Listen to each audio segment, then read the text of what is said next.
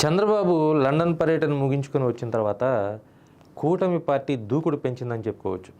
ఎందుకంటే ఓ పక్కన చంద్రబాబు, మరో పక్కన మంత్రి నారా లోకేష్, మరో పక్కన పవన్ కళ్యాణ్, ఇలా ముగ్గురు 3 ప్రాంతాల్లో రాష్ట్రం మొత్తం కూడా కలయిదిరుగుతున్నటువంటి పరిస్థితి. ఓ పక్కన లోకేష్ రాయలసీమ ప్రాంతంలో అక్కడ తిరుగుతూ ఉంటే పవన్ కళ్యాణ్ ఇంకోవైపు తిరుగుతున్నటువంటి పరిస్థితి. అదేవిధంగా ముఖ్యమంత్రి చంద్రబాబు కేంద్ర పార్టీ కార్యాలయంలో మరొకసారి ప్రజా దర్బార్ నిర్వహించారు. వాస్తవంగా ప్రజా దర్బార్ నిర్వహించడానికి ప్రధాన కారణం ఏంటంటే రాష్ట్రంలో ఉన్నటువంటి ప్రజల సమస్యల్ని నేరుగా ముఖ్యమంత్రి కార్యాలయానికి లేదా ముఖ్యమంత్రి పేషీకి తెలిపే విధంగా నిర్ణయాలు తీసుకుంటారు. అదేవిధంగా గత కొంతకాలంగా ఈ ఫెసిలిటీ లేకపోవటం, అంటే చంద్రబాబును కలిసే అవకాశం లేకపోవడంతో సామాన్య జనం కొంత నిరాశ చెందారు. అదేవిధంగా పార్టీ కార్యకర్తలు కూడా కొంత నిస్తేజంగా ఉన్నారు. సో ఇవన్నిటిని కూడా గమనించినటువంటి చంద్రబాబు లండన్ పర్యటనకి ముందే పార్టీ నేతలకి, ముఖ్యంగా కూటమి నేతలకి దిశానిర్దేశం చేశారు. ఎందుకంటే ముగ్గురు కీలకమైనటువంటి నాయకులు, అంటే అందులో అగ్రభాగం నారా చంద్రబాబు నాయుడు ముఖ్యమంత్రి హోదాలో ఉన్న మరొక ఇద్దరు కీలక నాయకులు, అటు పవన్ కళ్యాణ్, ఇటు నారా లోకేష్, ఇంతమంది ముగ్గురు ఉండి రాష్ట్రంలో అనేక మందిని కలవాల్సినటువంటి పరిస్థితి ఉండి ఎందుకు మనం ప్రజలకు దూరంగా ఉండాలి, ఎందుకు కార్యకర్తలకు దూరంగా ఉండాలి అని ఆలోచన చేసినటువంటి చంద్రబాబు సహజంగానే పార్టీ కార్యాలయానికి ప్రతి వారం ఒకరోజు కేటాయించే విధంగా నిర్ణయాలు మార్చుకున్నారు.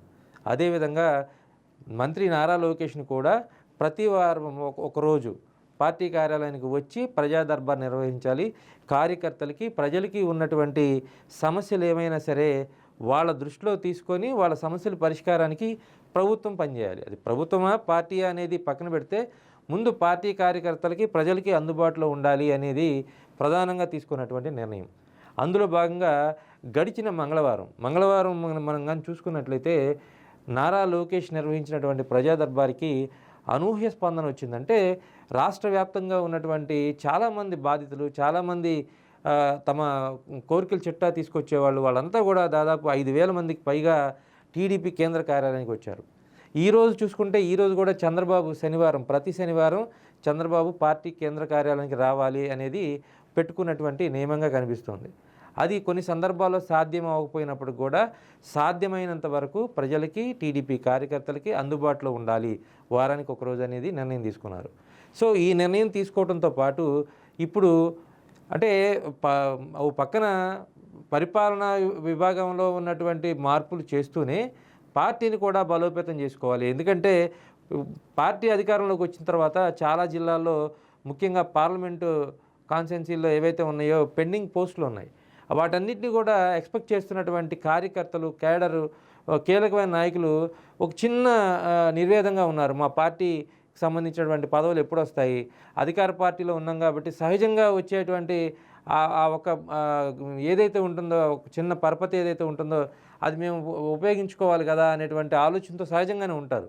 కానీ పార్టీ పదవులు పెండింగ్లో పెట్టడం వల్ల మేము వాటన్నింటినీ కూడా తీసుకోలేకపోతున్నాం. పార్టీ కష్టకాలంలో ఉన్నప్పుడు మేము బాగా కష్టపడి పనిచేసాం, ఇప్పుడు మాకు పదవులు రావట్లేదు అనేటువంటి ఎవరైతే డైలమాలో ఉన్నారో, ఆ మీమాంసలో ఉన్నారో వాళ్ళందరికీ చంద్రబాబు ఒక చిన్న శుభవార్త చెప్పారని చెప్పుకోవచ్చు. ఈ నెల చివరికి పార్టీ కార్యక్రమాలకు సంబంధించి, పార్టీ కార్యకర్తలకు సంబంధించిన కోరికలు మొత్తం కూడా తీర్చే విధంగా, పార్టీ సంస్థాగతంగా పార్టీని బలోపేతం చేసే విధంగా పదవులు ప్రకటించేటువంటి అవకాశం కూడా కనిపిస్తుంది. పార్టీ పదవులు ఏవైతే ఉన్నాయో, ఎవరైతే ఆశిస్తున్నారో వీళ్ళందరికీ ఒక ఖచ్చితంగా శుభవార్త అని చెప్పుకోవచ్చు.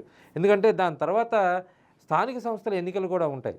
ఆ స్థానిక సంస్థల ఎన్నికల్ని దృష్టిలో పెట్టుకొని సామాజిక వర్గాల వారీగా స్థానికుల కోటాలో కొంతమందికి, సామాజిక వర్గాల కోటాలో కొంతమందికి, ఇలా ఎవరైతే బలోపేతం చేస్తారో పార్టీని వాళ్ళందరినీ కూడా ఖచ్చితంగా సంస్కరిస్తాం, వాళ్ళందరినీ కూడా సత్కరిస్తాం, పార్టీ పదవులు ఇస్తామనేది ముఖ్యమంత్రి చంద్రబాబు స్పష్టంగా చెప్తున్నారు.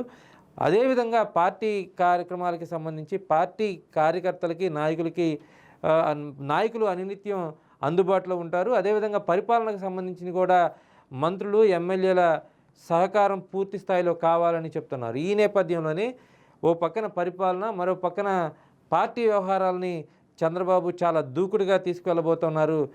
రాబోయే రోజుల్లో రాబోయే స్థానిక సంస్థల ఎన్నికల్లో కూడా దీని ప్రభావం చాలా ఎక్కువగా ఉండబోతుందనేది చాలా స్పష్టంగా తెలుస్తోంది. ఈ నేపథ్యంలో చంద్రబాబు ప్రతి వారం చంద్రబాబు కావచ్చు, లేదంటే నారా లోకేష్ కావచ్చు, పవన్ కళ్యాణ్ కావచ్చు, ఇతర మంత్రులు కావచ్చు, ఎమ్మెల్యేలు కావచ్చు, ప్రతి వారం ఒకరోజు నియోజకవర్గాల్లో కానీ లేదా నియోజకవర్గ కేంద్రాల్లో కానీ లేదంటే రాష్ట్రంలో ఉన్నటువంటి నాయకులైతే రాష్ట్ర హెడ్ క్వార్టర్లో కానీ ప్రతి ఒక్కరు ఖచ్చితంగా ప్రజా దర్బార్ నిర్వహించాలనేటువంటి తీసుకున్న నిర్ణయం ఖచ్చితంగా సత్ఫలితాలను ఇస్తుంది అనేది చర్చ జరుగుతుంది.